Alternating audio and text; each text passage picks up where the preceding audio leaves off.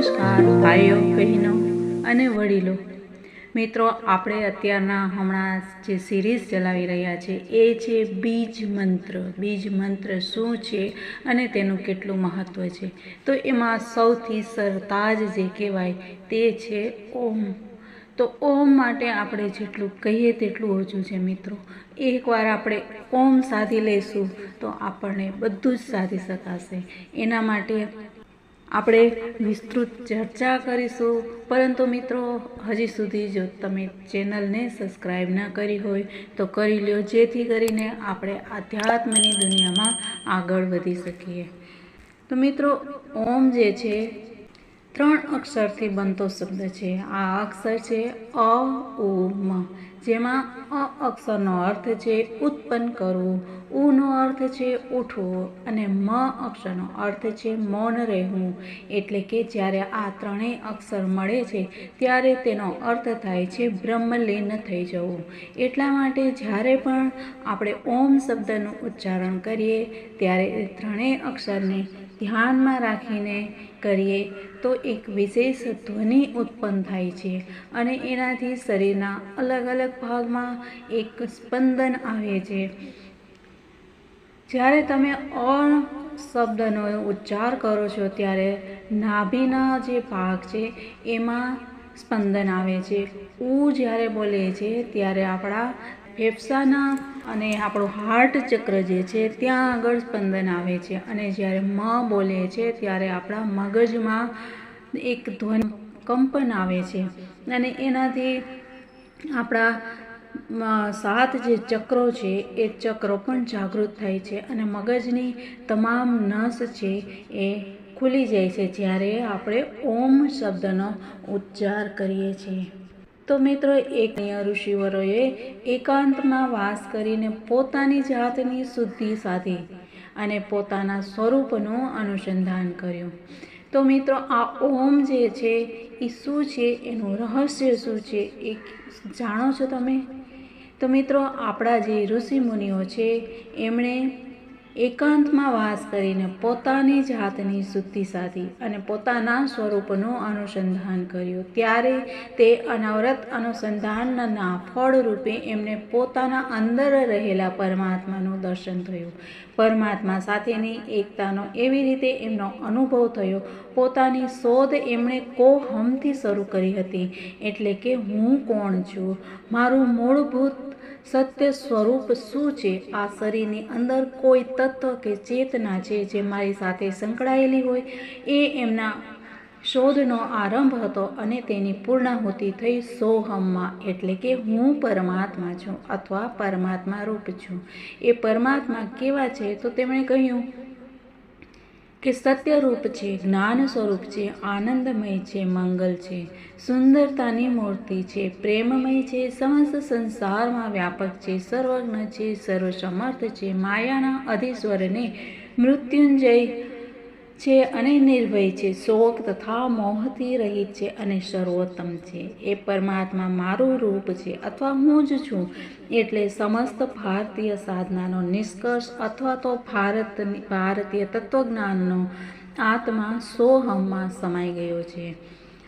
અને ઓમ એનું મિતાક્ષરી સંક્ષિપ્ત રૂપ છે. સોહમમાંથી આગળના સ અને વચલા હને કાઢી નાખીએ એટલે ઓમ બાકી રહે છે. ઓમની અંદર એવી રીતે ભારતના વૈદિક કાળના મહાપુરુષોની સમસ્ત તાત્વિક વિચારધારા સમાયેલી છે. યુગોની અંતરંગ સાધના સાકાર બનેલી છે અને જ્ઞાન દ્રષ્ટિ આવિર્ભાવ પામી છે. ઓમના એક જ મંત્રમાં ભારતીય સાધનાનું હૃદય કેવું ધડકી રહ્યું છે. ભારતીય વિચારધારા કેટલી બધી પરિસીમાએ પહોંચી છે તેની કલ્પના આટલા વિચાર વિમર્શ પછી સહેજ આવી શકશે. ઓમ મંત્રને ભારતીય તત્વજ્ઞાનના પ્રતિનિધિ તરીકે સ્વીકારવામાં કોઈ પણ પ્રકારની હરકત નથી. તેની પ્રતીતિ પણ આટલા પરથી સહેલાઈથી થઈ શકશે. વધુમાં મિત્રો, પ્રકૃતિના આપણે જોઈએ તો ગુણ પણ 3 છે: સત્વ, રજ અને તમ. 3 લોક છે: ઉત્તમ, મધ્યમ અને કનિષ્ઠ, અથવા સ્વર્ગ, મૃત્યુ અને પાતાળ. ત્રણ અવસ્થાઓ આપણી છે, જે છે એક જાગૃત અવસ્થા, એક સ્વપ્ન અવસ્થા અને એક સુષુપ્તિ અવસ્થા. ઈશ્વરના પણ ત્રણ સ્વરૂપ છે, બ્રહ્મા, વિષ્ણુ અને મહેશ. જે કાર્ય કરે છે, બ્રહ્મા છે એ સર્જનનું કાર્ય કરે છે, વિષ્ણુ છે એ પાલન પોષણનું કાર્ય કરે છે અને મહેશ જે છે એ સંહાર કરે છે. સૃષ્ટિના અંત જ્યારે આવે છે ત્યારે મહેશનું કાર્ય છે. તો આવી રીતે બ્રહ્મા, વિષ્ણુ અને મહેશ છે. આપણા શરીર જે છે એ સ્થૂલ, સૂક્ષ્મ અને કારણ શરીર, ત્રણ પ્રકારના શરીર છે. ત્રણ પ્રકારના જીવો છે, વિષયી, જિજ્ઞાસુ અને મુક્ત. એવી રીતે સૃષ્ટિના વધુ ત્રિવિધ છે. બધી જ વસ્તુઓ ત્રણ સ્વરૂપમાં વહેંચાયેલી છે. ત્રિવિધ પ્રકારની સૃષ્ટિનો નિર્દેશ ઓમકારના અ, ઉ, મ ત્રણ અક્ષરોમાં કરવામાં આવ્યો છે અને ઓમકારમાં જે બિંદુ છે તે સૃષ્ટિના સ્વામી, સર્વાધીશ કે સૂત્રધાર પરમાત્માનું વાચક છે.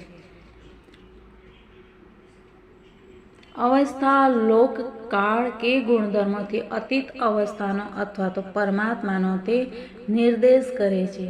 તો મિત્રો, આ રીતે ઓમ જે છે એ સૃષ્ટિનો સૌથી પહેલો નાદ છે.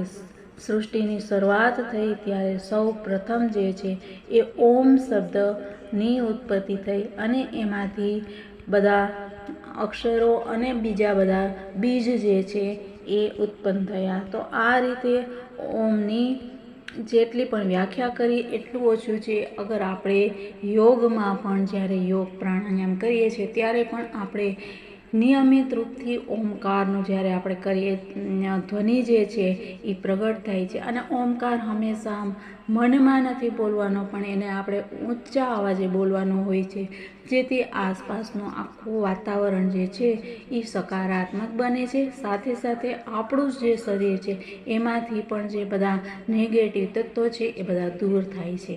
તો મિત્રો, આજની ચર્ચા જે છે આપણે તમને લોકોને કેવી લાગી એ બતાવજો. અગર આપને પસંદ આવી હોય તો વિડીયોને લાઈક અને શેર કરજો અને સાથે સાથે ચેનલને સબસ્ક્રાઈબ કરવાનું ભૂલતા નહીં. તો મિત્રો, મળીએ પાછા કંઈ નવી વાતો સાથે. ત્યાં સુધી બધા મિત્રોને જય હિન્દ, વંદે માતરમ, ભારત માતાની જય. જય શ્રી કૃષ્ણ, રાધે રાધે.